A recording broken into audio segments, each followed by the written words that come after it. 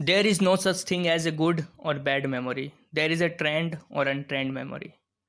दोस्तों, gym quick कहते हैं कि गुड और बैड मेमोरी जैसा कुछ नहीं होता। हम हमारे ब्रेन को सही डायरेक्शन में ट्रेन करके हमारी मेमोरी को इम्प्रूव कर सकते हैं।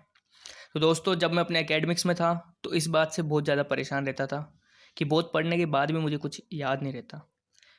जब बाद में मैंने एक मेमोरी बुक को पढ़ा तो मुझे पता चला कि हम चाहकर भी किसी चीज़ को नहीं भूल सकते, क्योंकि हमारा ब्रेन सुपर कंप्यूटर से भी ज़्यादा पावरफुल है और कई अरबों इन्फॉर्मेशन को अपने पास सहेज कर रखता है।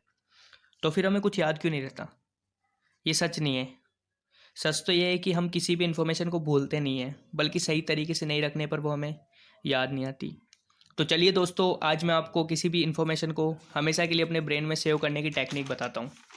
दोस्तों, ये 100% वर्किंग टेक्निक है, इसलिए वीडियो को एंड तक देखिए। Step number 1, create your mental pump.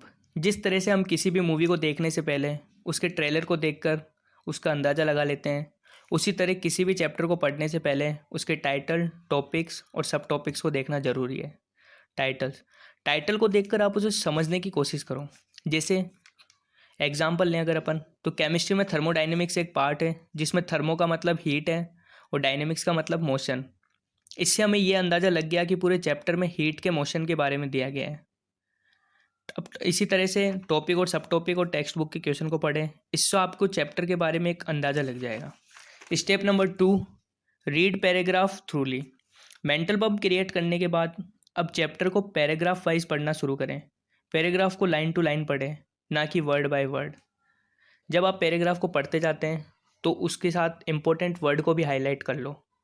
अब जब आप उस पैराग्राफ को पूरा पढ़ चुके हो तो एक बार नेक्स्ट पैराग्राफ पर जाने से पहले उस पैराग्राफ के सारे इंपॉर्टेंट वर्ड को दोस्तों रिकॉल करो, यानी कि बिना देखे उन्हें वापस याद करने की कोशिश करो। Step number 3, recall chapter. इसी तरह पूरे चैप्टर को पैराग्राफ वाइज पढ़ने के बाद बुक को बंद कर दें और पूरे चैप्टर में आपने जो भी इम्पोर्टेंट वर्ड पढ़े उन्हें रिकॉल करो। चैप्टर को जब आप रिकॉल कर ले तो उसके बाद आता है 4th स्टेप, क्रिएट नोट्स। दोस्तों, पूरे चैप्टर को पढ़ने के बाद उसके नोट्स बनाएं। नोट्स में आपको केवल वर्ड लिखने हैं, ना कि सेंटेंस। ये बहुत ध्यान देने वाली बात है, क्योंकि अगर आप चैप्टर को बार बार रिकॉल करके रिवाइज करते हैं तो आपको ज़्यादा समय तक याद रहता है। Step number 5, revise chapter. आप चैप्टर को बार बार रिवाइज ना करके बीच में गैप देकर रिवाइज करें। जैसे पहला रिवीजन चैप्टर के कंप्लीट होने के बाद 15 मिनट, दूसरा विदिन 24 आवर्स, तीसरा विदिन 7 डेज, चौथा विदिन 1 मंथ, पांचवा विदिन 3 मंथ्स, छठा विदिन 6 मंथ्स, सातवें रिवीजन की आपको ज़रूरत नहीं है, आपका जब मन करे तब करो, नहीं तो मज़े करो। Step number 6, mind map.